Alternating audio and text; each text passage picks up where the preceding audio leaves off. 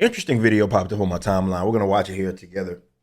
I've already seen a bit of it, and people that have watched me, you've heard me echo this sentiment before, and this comparison, and a lot of people don't like it because one is generally accepted and one is seen as abhorrent.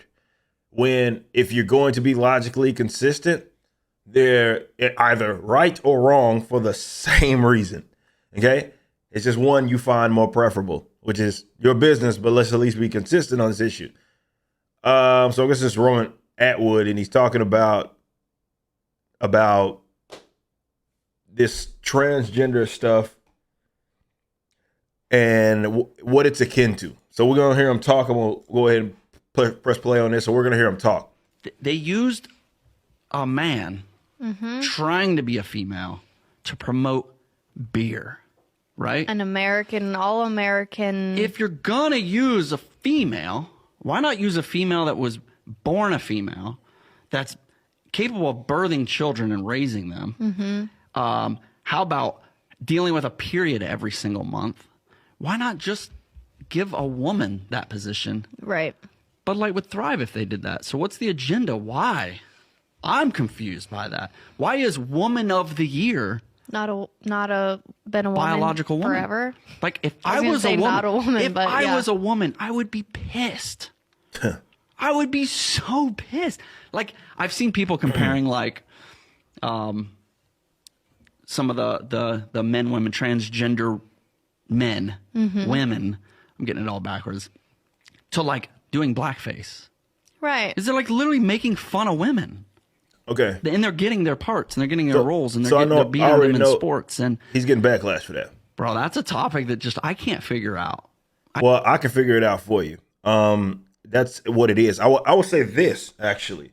More accurately putting, if we're especially talking about historical context, more accurately putting it, it's more akin to drag. That's what it's more akin to, blackface and drag. In fact, they have almost identical origins in terms of why they became a thing. You had certain actors and actresses and plays and all that couldn't play in those roles themselves, so they made these like caricatures, right, that were specifically made to kind of exaggerate and more so make fun of the opposite. They have a very similar background in terms of their origin. So yeah, I would say drag is more accurate, but the whole transgender woman bin thing, all that stuff, and the race aspect, this is what I've been waiting on, because I've brought up the comparison many times. Like, if you are going to say that it is perfectly logical, respectable, and there's nothing abnormal about someone saying that they are another gender, you have to apply that same logic to race. So when the likes of the Rachel Dolezals of the world, who I've interviewed before, say that they are a black person, if you're going to be logically consistent, if that's what they claim to identify as, so even not just on the transgender issue, but about this whole non-binary thing, or it's fluid, that's what they say, racial fluidity, let's call it, it's the same logic. It's something that, well, people are born in a certain way. You couldn't control it. You cannot control what race, you are. You were born that way due to your, let's say, genetic makeup of your mother and father. That's what it is. Same thing is going to be said about, you being born male or female. It's just what it is. However, if one is permissible, which now and definitely in this culture, we're in the gayest month of the year right now. And in this culture, certainly in the West, one is seen not just as, like I said, permissible. It's more of they are attempting to normalize it as much as possible. Okay.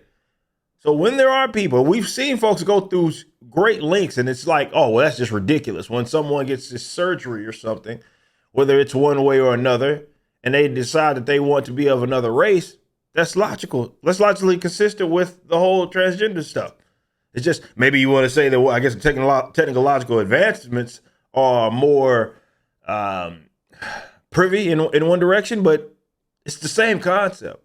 And I think that's an uncomfortable conversation that y'all ain't ready to have. I'm ready to have it. I've been ready to have it. I've been having a damn conversation. Let's have it. Because it's going to force a lot of folks to be uncomfortable with some of the things that they have found okay.